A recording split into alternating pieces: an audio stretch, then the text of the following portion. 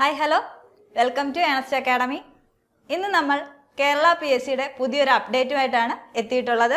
Scientific officer physics, chemistry, biology, documents എന്നീ കാറ്റഗറിയിലേക്കായിരുന്നു notification വന്നിരുന്നത്. ഈ പോസ്റ്റുകളിലെ നമ്പർ ഓഫ് ആപ്ലിക്കൻസിന്റെ ഒരു അപ്ഡേറ്റ്സ് PSC പുറത്തുവിട്ടിരുന്നു. അപ്പോൾ നമുക്ക് ഈ നമ്പർ ഓഫ് ആപ്ലിക്കൻസ് വെച്ചിട്ട് നമുക്ക് കോമ്പറ്റീഷൻ്റെ ഒരു ലെവൽ മനസ്സിലാക്കാൻ പറ്റുമല്ലേ? ആ ലെവൽ മനസ്സിലാക്കാൻ ആ ഒരു അനാലിസിസ് ആണ് ഇന്ന് നമ്മൾ ഈ വീഡിയോയിലൂടെ നോക്കുന്നത്. അപ്പോൾ നമുക്ക് വീഡിയോയിലേക്ക് കിടക്കാം.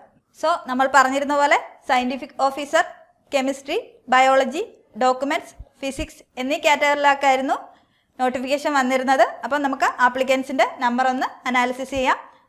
നോക്കിക്കേ, കെമിസ്ട്രി കാറ്റഗറിയിലേക്ക് 10,463 ആപ്ലിക്കൻസ് ആണുള്ളത്.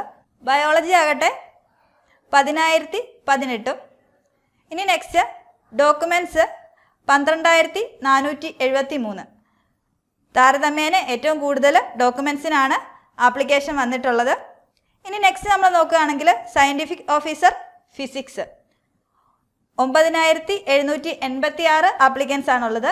എല്ലാവർക്കും ഒന്ന് സ്ട്രൈക്ക് ചെയ്ത് കാണും അല്ലേ? ഏറ്റവും ആപ്ലിക്കൻസ് കുറവുള്ളത് സയൻറ്റിഫിക് ഓഫീസർ ഫിസിക്സ് തസ്തികയിലേക്കാണ്. അപ്പം 9,786 ആപ്ലിക്കൻസ് മാത്രമേ ഉള്ളൂ.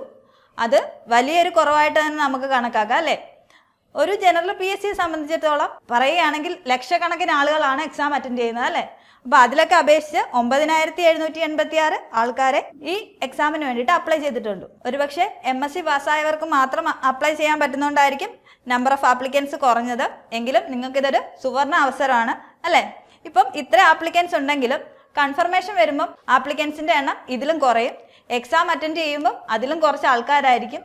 ആ എക്സാം എഴുതുന്നതിൽ തന്നെ എന്താ പ്രിപ്പയർ ചെയ്യുന്നവരുടെ അളവും വളരെ കുറവായിരിക്കും. ഈ എണ്ണത്തിൽ ഒരു 30% ആൾക്കാരോട് മാത്രം നിങ്ങൾ കോമ്പീറ്റ് ചെയ്യേണ്ട ആവശ്യം വരുന്നുള്ളൂ. അപ്പോൾ നിങ്ങൾക്കൊരു സുവർണ അവസരമായിട്ട് തന്നെ ഇത് കണക്കാക്കുക. സോ ഈ അവസരം നിങ്ങൾ മാക്സിമം പ്രയോജനപ്പെടുത്തുക. നിങ്ങളെ സഹായിക്കുന്നതിനായി ഏണസ്റ്റ് അക്കാഡമിയുടെ scientific officer intensive batch available ആണ്. അപ്പോൾ ഒരു പഠന നിലവാരം നിലനിർത്താൻ വേണ്ടിയിട്ട് നിങ്ങൾ സ്റ്റഡി പ്ലാനോട് കൂടി തന്നെ വേണം പഠിക്കാൻ. സബ്ജക്റ്റിന് വെയിറ്റേജ് കൊടുത്ത് സിലബസ് ഓറിയൻറ്റഡ് ആയിട്ട് വേണം പഠിക്കാൻ. അപ്പോൾ നമുക്ക് സിലബസ് ഓറിയൻറ്റഡ് ആയിട്ടുള്ളൊരു ക്ലാസ് ആയിരിക്കും നിങ്ങൾക്ക് നൽകുന്നത്. കൂടാതെ തന്നെ നമ്മുടെ നിലവാരം അളക്കുന്നത് എങ്ങനെയാണ്? ക്വസ്റ്റ്യൻസിലൂടെയാണ്. നമ്മൾ എത്രത്തോളം പഠിച്ചിട്ടുണ്ടെന്ന് നമുക്കൊരു എക്സാം അറ്റൻഡ് ചെയ്യുമ്പോൾ മാത്രമേ മനസ്സിലാകത്തുള്ളൂ അല്ലേ? അപ്പോൾ അതിന് വേണ്ടിയിട്ട് നിങ്ങൾ എന്ത് ചെയ്യുക? ഒരു പ്രീവിയസ് ഇയർ ക്വസ്റ്റ്യൻസ്, PSCയുടെ പ്രീവിയസ് ഇയർ ക്വസ്റ്റ്യൻസ് എടുത്ത് അത് OMR തന്നെ ചെയ്തു നോക്കാൻ ശ്രമിക്കുക. നമുക്ക് പ്രാക്ടീസാണ് നമ്മളെ ഏറ്റവും കൂടുതൽ ഇമ്പ്രൂവ് ചെയ്യാൻ സഹായിക്കുന്നത്. അപ്പോൾ നമുക്ക് ഇമ്പ്രൂവ് ചെയ്യാൻ വേണ്ടിയിട്ട് മുൻവർഷത്തെ ക്വസ്റ്റ്യൻസ് എടുത്ത് നിങ്ങൾ OMR തന്നെ അറ്റൻഡ് ചെയ്ത് നിങ്ങളുടെ നിലവാരം കൂട്ടാൻ ശ്രമിക്കുക. കൂടാതെ തന്നെ നിങ്ങൾക്ക് എന്ത് ഡൗട്ട് വന്നാലും നമ്മൾക്ക് മെൻറ്റർഷിപ്പ് സപ്പോർട്ട് ഉണ്ടായിരിക്കും. നിങ്ങൾക്ക് നമ്മുടെ മെൻറ്റേഴ്സിനെ എപ്പോൾ വേണേലും കോൺടാക്ട് ചെയ്യാം. കൂടാതെ തന്നെ നമ്മൾ പ്രത്യേകം ഒരു ഡൗട്ട് ക്ലിയറൻസ് സെക്ഷൻസ് കൂടി അറേഞ്ച് ചെയ്യുന്നതായിരിക്കും. അപ്പോൾ നിങ്ങൾക്ക് എന്ത് സംശയം എപ്പോൾ ഉണ്ടെങ്കിലും നമ്മൾ ക്ലാരിഫൈ ചെയ്യാൻ റെഡി ആയിട്ട് തന്നെ ഉണ്ടാവും. നിങ്ങൾ അറ്റൻഡ് ചെയ്യുന്ന ക്വസ്റ്റ്യൻസ് കൂടാതെ നമ്മൾ നിങ്ങൾക്ക് വേണ്ടിയിട്ട് ഇനി വരാൻ സാധ്യതയുള്ള ക്വസ്റ്റ്യൻസ് അറ്റൻഡ് ചെയ്യാൻ വേണ്ടിയിട്ട് ടെസ്റ്റുകൾ അറേഞ്ച് ചെയ്തിട്ടുണ്ട്. അതുകൂടി അറ്റൻഡ് ചെയ്യുമ്പോൾ നിങ്ങൾക്ക് നിങ്ങളെ ഇമ്പ്രൂവ് ചെയ്യാൻ സഹായിക്കും. സോ കോഴ്സിനെ കുറിച്ച് കൂടുതൽ അറിയാൻ വേണ്ടിയിട്ട് താഴെ കാണുന്ന ഗൂഗിൾ ഫോം ഫില്ല് ചെയ്യുക. എല്ലാവർക്കും വിജയാശംസകൾ. Thank you.